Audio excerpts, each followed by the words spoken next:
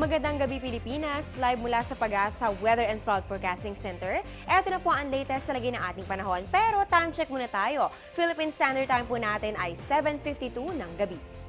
Mga kababayan, bago magsitulog ngayong gabi, alamin muna ang magiging lagay ng panahon sa mga susunod na oras at bukas ng umaga. Ayon po sa Pag-asa, umaabot pa rin po sa atin ang ITCZ o Intertropical Convergence Zone. Ang weather system na ito po ang magdadala ng mga pag-ulan dito po yan sa may Palawan, Bicol Region, pati na rin po dito sa Visayas at sa Mindanao. Dito naman sa atin sa may Metro Manila at natitirang bahagi ng Luzon, magiging bahagya hanggang sa maulap ang kalangitan na may mga isolated lang na rain showers or thunderstorms, lalo na po kapag hapon o gabi. Kaya naman kung may pinaplano kang gawain, huwag aalisin sa plano ang pagdadala ng payong, pag-iingat at pag-monitor sa mga updates. Magbabalik po kami matapos ang isang paalala. Teng, ang package.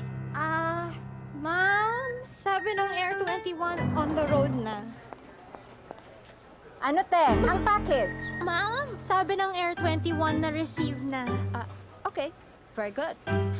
Basta padala, sagot ka ng Air 21. May real-time delivery updates via text para worry-free ka. Teng, ang package, napadala mo na? Yes, ma'am, sa Air 21. Sa Air 21, sagot ko, padala mo. Sa maghapong nagdaan, alamin naman natin kung ano nga ba ang naitalang temperatura ng Pag-asa. Ang minimum po ay naitalayan po ay 23.4 degrees Celsius, alas 5 po yan ng umaga kanina, at ang pinakamainit naman po ay 32.6 degrees Celsius, yun naman po ay alas 12 ng tanghali. Para naman sa ating relative humidity, ang minimum po ay 62% at ang maximum po natin ay 99%, alas 5 po yan ng umaga. Ang mga datos sa ito po ay naitala sa Science Garden, Quezon City.